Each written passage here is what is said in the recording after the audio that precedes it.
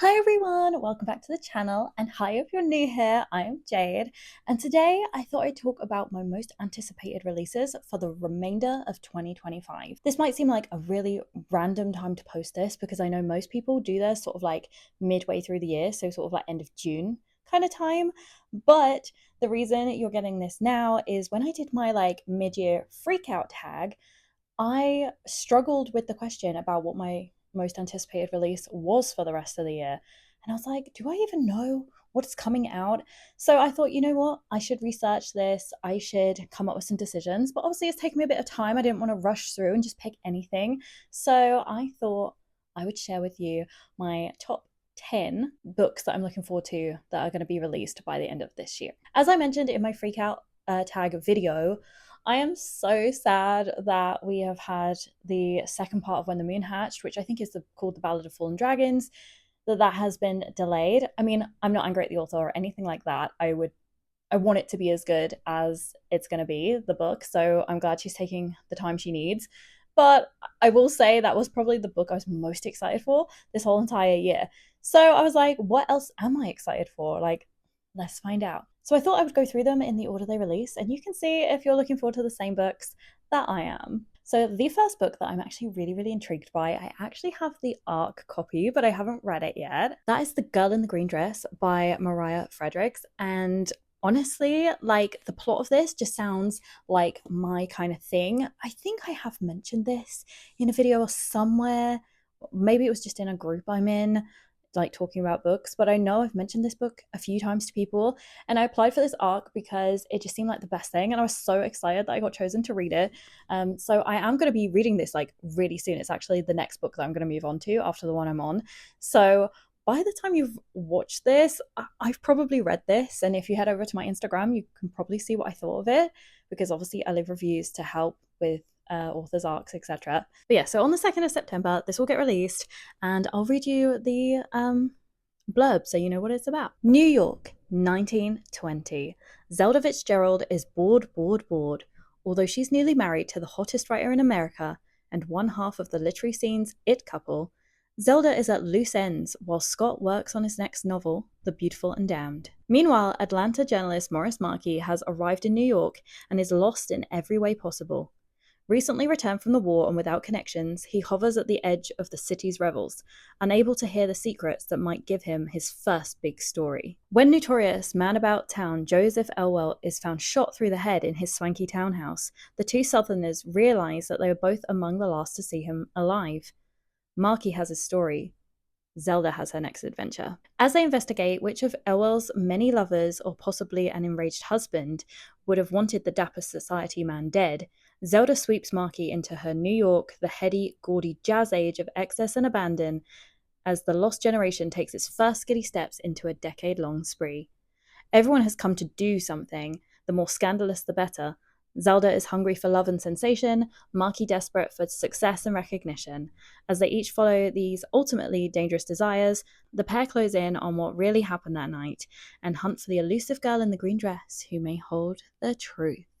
So yes, Zelda Fitzgerald, the wife of F. Scott Fitzgerald, is a main character in this novel. I think it's based on a true story, but it isn't obviously entirely true. This is like a fictional version. But I love The Great Gatsby, and I just thought this is really cool because obviously it's still set in the jazz age when F. Scott Fitzgerald was writing, and so I just think this is going to be right up my street. I do quite like a little bit of historical fiction. I love a bit of mystery, and I just think the fact that it's based on a true story is really cool. So yeah, definitely looking forward to this one. As I said, I will be reading this early, but it comes out the 2nd of September. And head over to my Instagram, see if I liked it and whether I'd actually recommend it. Okay, and then the second book I picked is actually a novella, and that is Fearful by Lauren Roberts. So Fearful is actually a novella. It connects to the Powerless series, and it's kind of the final book. So we've had like the main trilogy, we had one other novella, and we have this novella coming out. I can't really say anything about this novella without giving things away about the third main part of the trilogy. So I'm actually not going to talk about this one really, but just say that I'm super excited for it because I did really enjoy the Lauren Roberts trilogy. I know there is a bit of controversy over like plagiarism and stuff, I think mainly with the first book, but honestly, I've never read Red Queen. I enjoyed Lauren Roberts' books, so for argument's sake, I'm just looking forward to this because I will say there were some inconsistencies with characters I felt in the third part of the trilogy. Even though I enjoyed it, I did have a couple of issues. And I feel like this book might kind of wrap up some of my confusion and thoughts on it. So therefore, I'm really looking forward to this one. The next book I picked is released on the 16th of September, and that is actually a book by Elin Hilderbrand, but it's also written with her daughter, Shelby Cunningham. I still have not read a Elin Hilderbrand novel, but the whole plot just seems to scream me, much more than any other Elin Hilderbrand like summaries I've read. Even though I want to read her more stereotypical books, I feel like this is going to be more my thing. So therefore, I really want to pick this up. Maybe not as soon as it comes out. I don't think I'm like, oh my god, I need this, but I definitely feel like I could like this one a lot. Okay, so the novel is called The Academy, and I have got my trusty iPad here so I can read you the blurb of the book. It's move-in day at Tiffin Academy, and amidst the happy chaos of friends reuniting, selfies uploading, and cars unloading, shocking news America Today just ranked Tiffin the number 2 boarding school in the country. It's a 17 spot jump. Was there a typo? The dorms need to be renovated, their sports teams always come in last place, and let's just say Tiffin students are known for being more social than academic. On the other hand, the campus is exquisite, class sizes are small, and the dining hall is run by acclaimed New York chef. And they do have fun, lots of parties and school dances, and a piano man plays in the student lounge every Monday night. But just as the rarefied air of Tiffin is suffused with self-congratulation, the wheels begin to turn, and then they fall off the bus. One by one, scandalous blind items begin to appear on phones across Tiffin's campus, thanks to a new app called ZipZap, and nobody is safe. From David Bangery, international influencer and resident queen bee, to Simone Bergeron, the new and surprisingly young history teacher, to Charlie Hicks, a transfer student who seems determined not to fit in, to Cordelia Spooner, admissions director with a somewhat idiosyncratic methodology.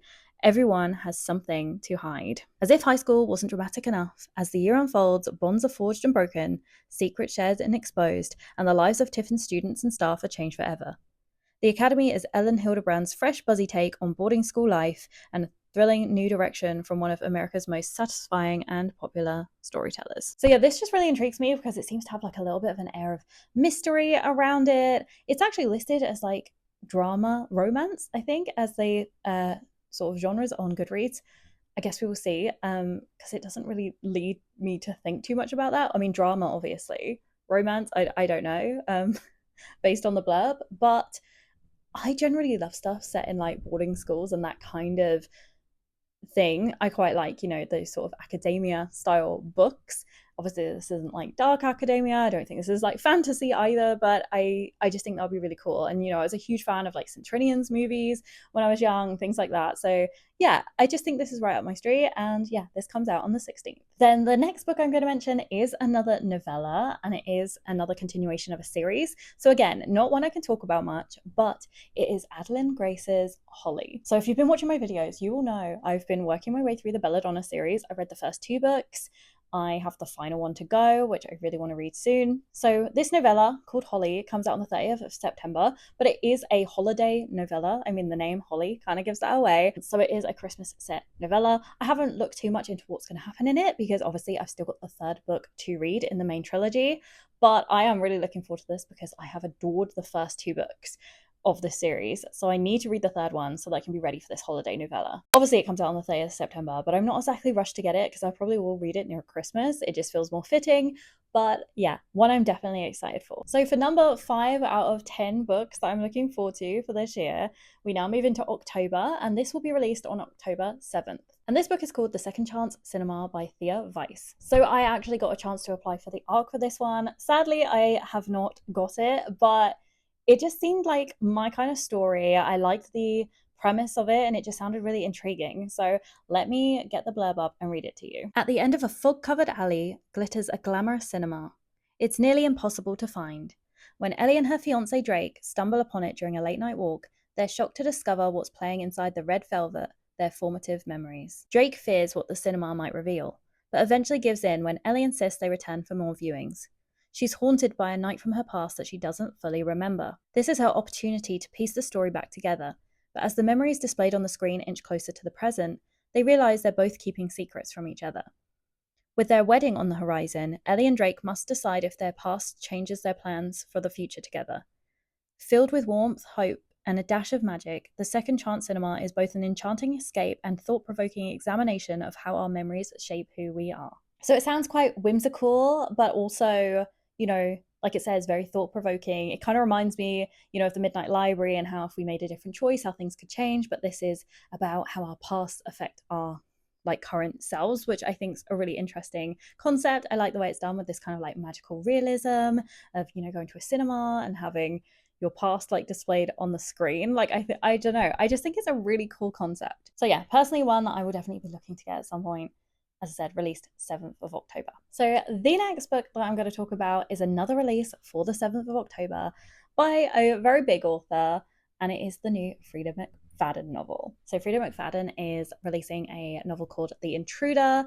I know she's a bit like Marmite. People seem to love her or hate her. I must say, I love her books. I find them just really easy. And it's just so nice to just have something sometimes that just absorbs me straight away. I don't have to think too hard, but it keeps me guessing at the same time. I find she does that super well. So I sometimes just love picking up her books. I know they're going to be a quick, easy read that I'm just going to enjoy. So I am really excited for her new one. So this is the blurb on Goodreads. Who knows what the storm will blow in? Casey's cabin in the wilderness is not built for a hurricane. Her roof shakes, the lights flicker, and the tree outside her front door is swaying ominously in the wind. It says is sways ominously. That confused me. That's definitely a typo. Anyway, but she's a lot more worried about the girl she discovers lurking outside her kitchen window. She's young, she's alone, and she's covered in blood. The girl won't explain where she came from or loosen her grip on the knife in her right hand. And when Casey makes a disturbing discovery in the middle of the night, things take a turn for the worse. The girl has a dark secret, one she'll kill to keep. And if Casey gets too close to the truth, she may not live to see the morning. So yeah, I just think that sounds like a great little thriller, bit of a different story from, anything I've read by Frieda before or any other book that springs to mind right now. I can kind of think of maybe some horror movies that kind of seem similar vibes, but, a lot of tropes in those genres do end up sort of overlapping and are the same thing. But yeah, if you haven't tried Frieda McFadden yet, maybe this is one to get. Just get the new one when it comes out. But honestly, any of them I would recommend if you like your kind of easy, accessible but gripping reads. And if you don't like her, sorry, let's move on to the next book. So the next book I decided to pick was mainly off of the fact that it was another arc that I applied for that I just thought seemed really good.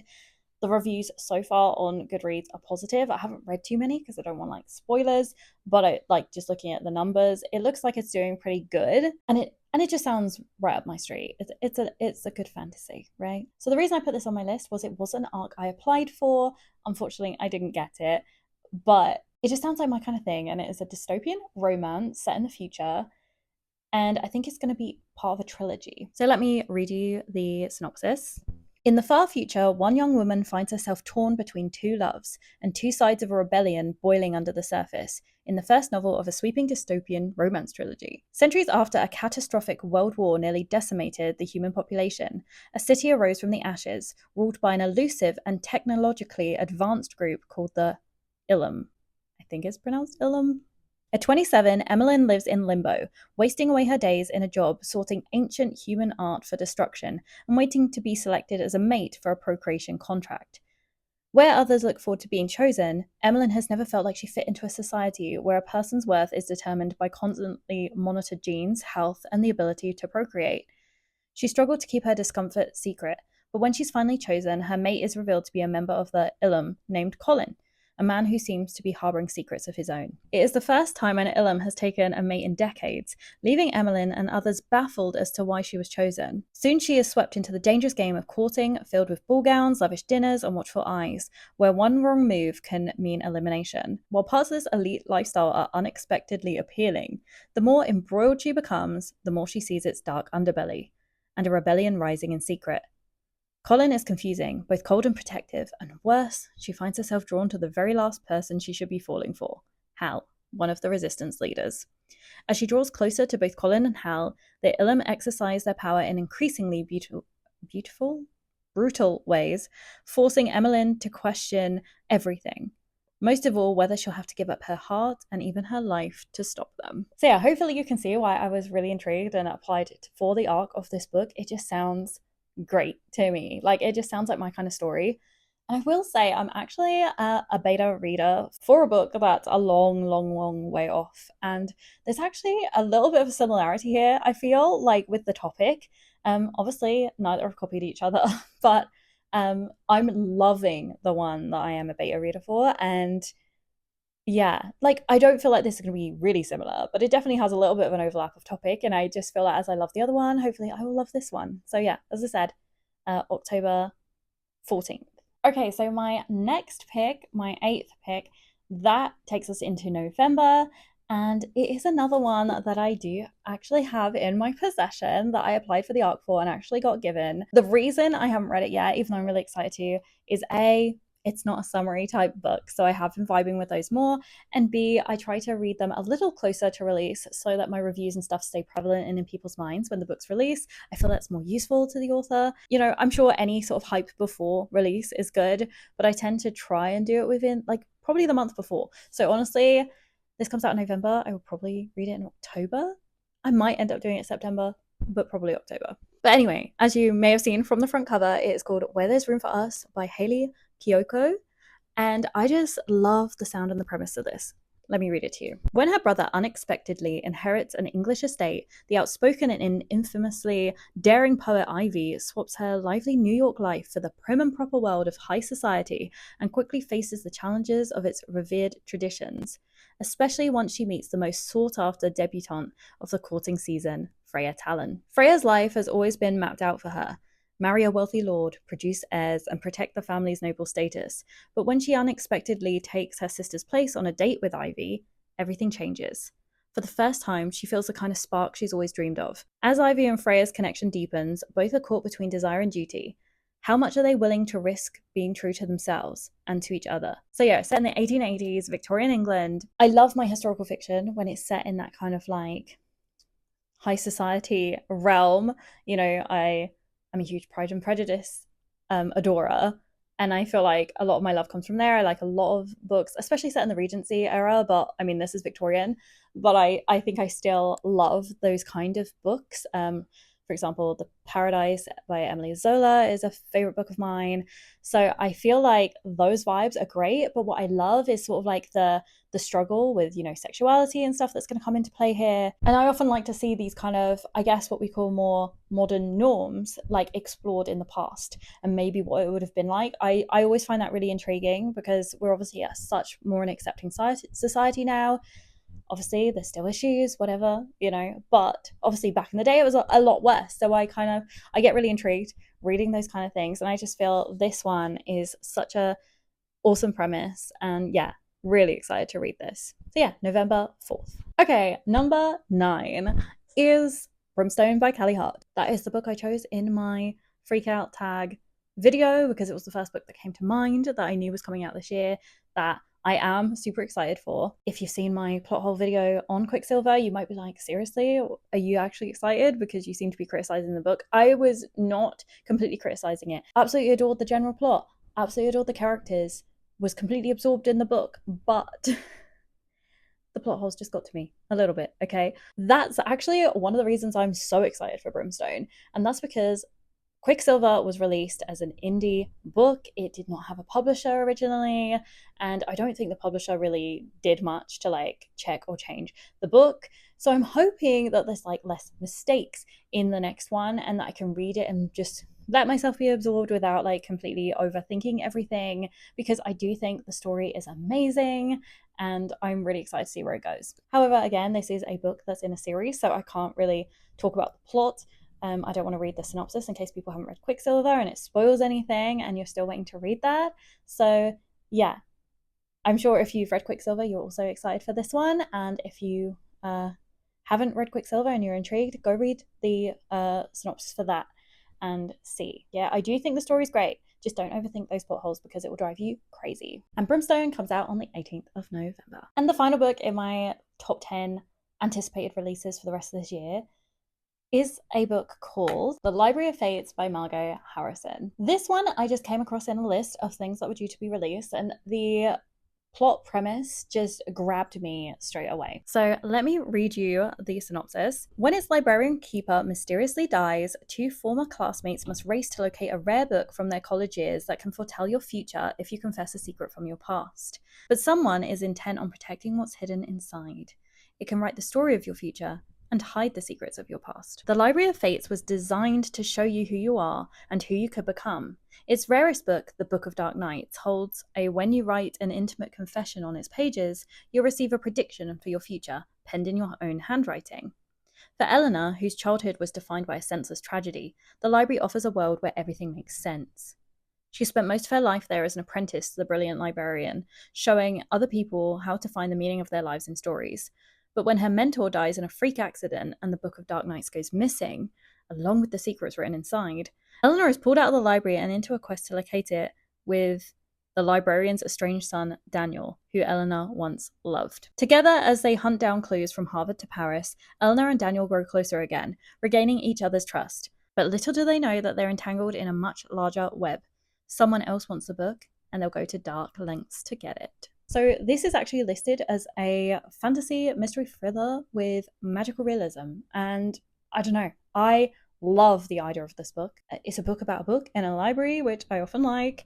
And then it just seems to encompass like a really cool premise, you know, about being able to like write things and things manifest. And obviously it seems to have maybe a bit of a romance subplot. It does not have romance listed as a genre, but the synopsis kind of alludes that will probably be part of it, I guess. But yeah, just super, super, super intrigued by that whole plot. So I'm really looking forward to that one. I feel like I should put that on my Christmas list. That's a good one. You know, it comes out just before Christmas. It comes out December 12th. I think I may have said 2nd at the beginning. I'm not sure. If I did, I'm sorry, it's the 12th. And yeah, I'm really looking forward to that one. So they are my top 10 anticipated releases for the remainder of this year. I'm glad I've had some time to really like think about it and dwell on that, because yes, I am looking forward to Brimstone, but there is definitely other things. And so I'm glad that I've really got to kind of get that all sorted within my brain and know what's coming out when. So yeah, I hope you've enjoyed listening to that. Let me know what your anticipated releases are for the remainder of this year. I'm sure there's a lot for next year as well. But yeah, for now, you know, sticking with the present, what I'm going to be able to get soon, and also the arcs that I have to read, which is super exciting. But anyway, I hope you enjoyed watching, and I will see you again real soon. Bye!